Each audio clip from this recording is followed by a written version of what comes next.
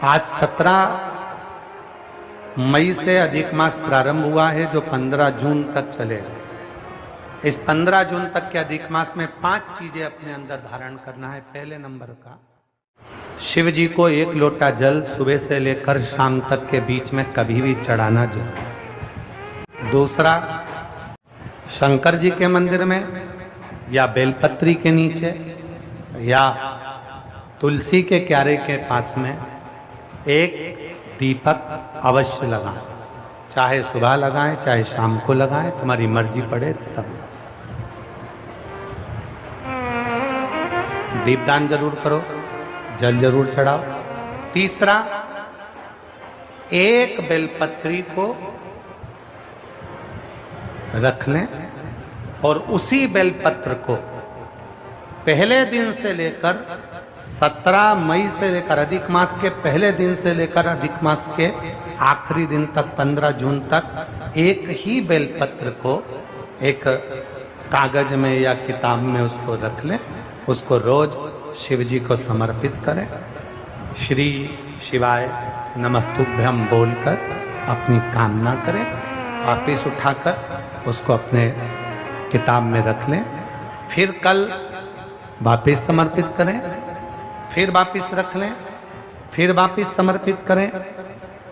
1 महीना अधिक मास का, पुरुषोत्तम मास का, यदि एक ही बेलपत्र को सर्वत्र चढ़ाया जाए, उसी बेलपत्र को बारंबार समर्पित करा जाए और उस बेलपत्र को अधिक मास पूर्ण होने के बाद फिर उसको जो आप मालपुआ दान करते हैं उस मालपुए के साथ अगर दान कर दें तो जिंदगी में कभी किसी के दरवाजे पर हाथ नहीं फैलाना पड़ेगा। भगवान इतनी बरकत आपको प्रदान करे, इतनी बरकत दे।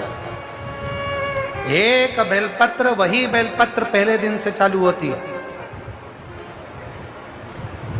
किसी भी शिवलिंग पर, चाहे पार्थिव पर चढ़ा लो, आप चाहें तो अपने, हम गुरुजी हम वहां पर नहीं है, हम कथा में रहते हैं, हम कथा सुनने जाते हैं, तो हम कहाँ चढ़ाएं? एक कंकर उठाओ, पार्थिव पे चढ़ाओ।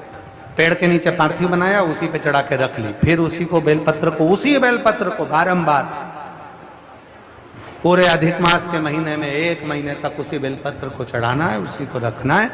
फिर आखिरी दिन जो अधिक मास पूर्ण होगा उस दिन उस बेलपत्र को मालपुए पे रखकर शिव जी को चढ़ाकर लेके आना पहले, फिर मालपुए पे रखना और उसको रखकर फिर भगवान उस मालपुए को तुम दान।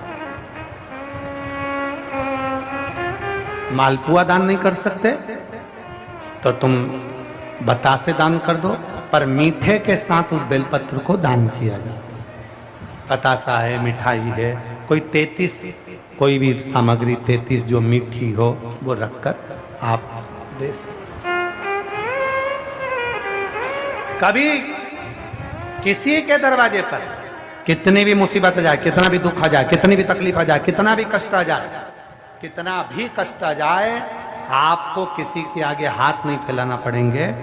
लक्ष्मी की व्यवस्था स्वयं मेरा कुबेरेश्वर महादेव, मेरा महाकाल राजा, मेरा विश्वनाथ स्वयं एक बेल वही चलती। 5 चीजें करना है आपको। पहले नंबर पर जम के बोलो जल, दूसरे नंबर पर दीप, तीसरे नंबर पर बेलपत्र, चौथे नंबर पर भगवान शंकर के मंदिर में नंदी के दोनों सींगों के बीच में से शिव के शिवलिंग का दर्शन। नंदी के जो सींग है उन सींग के मध्य में से भगवान शंकर का दर्शन। क्यों? किस लिए? अगर पुरुषोत्तम मास में, अधिक मास में हम नंदी के दोनों सींगों के बीच में से शंकर के शिवलिंग का दर्शन कर लेते हैं तो अपने अंतिम सांस तक शरीर के अंदर कोई बड़ी बीमारी कभी नहीं आती, कोई गंभीर बीमारी कभी नहीं, क्योंकि ज्येष्ठा का अधिक आया है। ज्येष्ठा का जो अधिक होता है उसमें अगर सींग, दोनों सींगों के बीच में से शिव के शिवलिंग का दर्शन करिए, शरीर में कभी कोई बड़ी बीमारी, ऐसी बीमारी नहीं आएगी जिसका इलाज है ही नहीं। और 5वें नंबर पर भगवान शिव के मंदिर में, भगवान शंकर के मंदिर में, या शिव कथा में, या जहाँ हो वहाँ प्रदोष काल में, प्रदोष का समय, सूर्य डूबने का समय जब हो, उस समय पर 5 बार 7 बार या तो पंचाक्षर मंत्र नमः शिवाय, या षडाक्षर मंत्र ओम नमः शिवाय, या श्री शिवाय नमस्तुभ्यम का जप करें। 5 बहुत ये